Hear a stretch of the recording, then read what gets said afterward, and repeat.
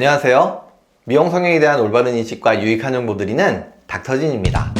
상담 오시는 분들 말씀을 들어보면 요새는 그냥 눈하고 눈썹이 조금만 좁으면 그냥 거의 반사적으로 무조건적으로 이마 거상을 권하는 병원들이 많은 것 같더라고요.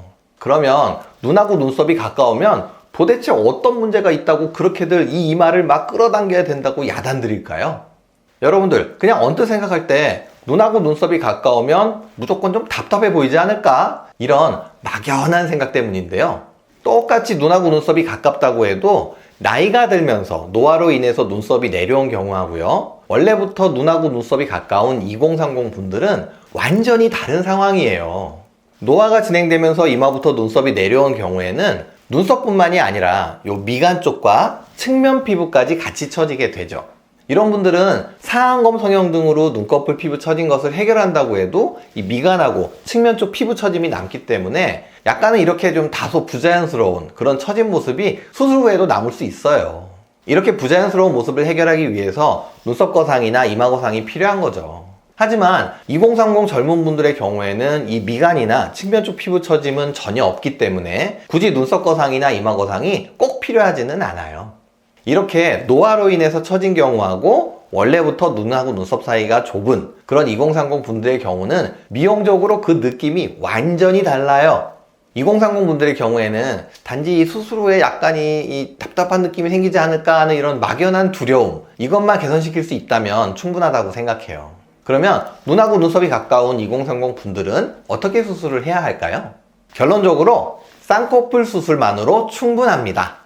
그동안 닥터진은 이런 분들의 경우에 최대한 눈하고 눈썹 사이가 그래도 좀 어느 정도는 간격을 확보하기 위해서 쌍꺼풀 라인을 약간은 작게 그렇게 디자인하는 쪽으로 수술을 해왔어요. 실제로 라인을 조금 크게 잡는 경우에는 피부나 근육, 결합 조직 같은 이런 많은 요소들이 여기 좁은 공간에 꽉꽉 이렇게 밀집이 되다 보니까 눈을 뜰 때 앞쪽으로 이렇게 불룩해지기도 하고요. 또 쌍꺼풀 라인이 큰 저항을 받게 되면서 쉽게 풀려버리는 그런 경향도 있더라고요.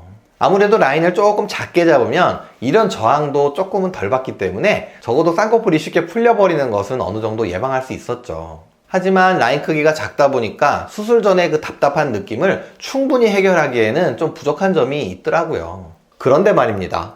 항상 이렇게 약간은 소극적으로 수술을 해드리다 보니까 아쉬운 점도 좀 있고 해가지고요. 언제까지나 이럴 수는 없지 않나 하는 생각이 들더라고요.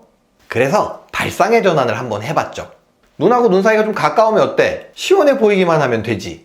오히려 쌍꺼풀 라인 크기를 확실히 크게 하고 그 대신에 그 큰 라인이 저항을 받지 않을 정도로 눈 위의 공간을 충분히 만들어주자 하고요. 그렇게 눈이 시원하게 보일 정도로 라인 크기를 확실하게 하면서 또 눈을 떴을 때는 쌍꺼풀 라인이 저항을 받지 않고 편안하게 떠지도록 충분한 공간을 만들어주면서 수술을 했더니요. 눈하고 눈썹 사이 거리가 좁은데도 불구하고 막연하게 걱정했던 그런 답답한 느낌 없이 시원한 눈매가 되더라고요. 결국 눈하고 눈썹이 가까워서 생기는 문제, 시원한 눈의 느낌은 거리보다는 공간, 스페이스의 문제였던 거예요. 그렇게 수술을 하면서 최근에 나름대로는 좋은 성적을 거두고 있다고 생각하고요. 일단 수술 받으시는 분들의 만족도가 훨씬 좋아지신 것 같아요.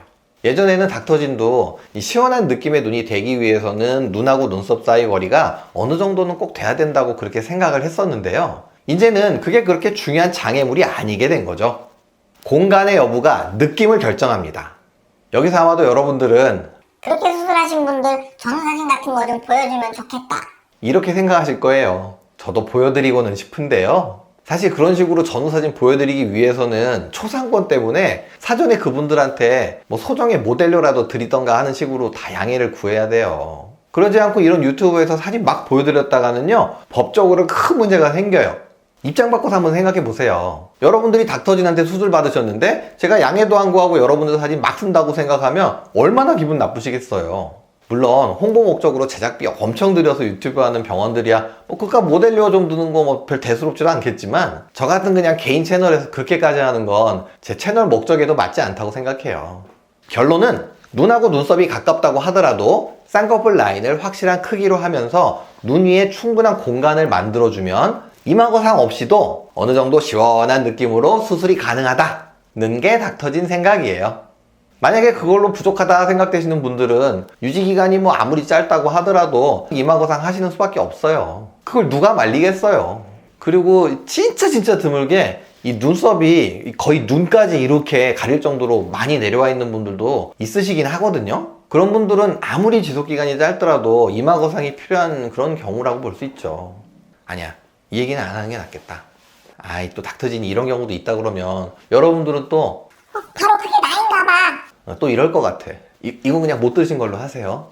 대부분의 2030 분들은 이마거상 없이도 쌍꺼풀 수술만으로 시원한 눈매가 가능하시다는 거 꼭 잊지 마시고요. 2030 분들에게 불필요한 이마거상 수술은 절대 하지 마시기 바래요. 저는 다음 영상에서 다시 찾아뵐게요. 그럼 안녕.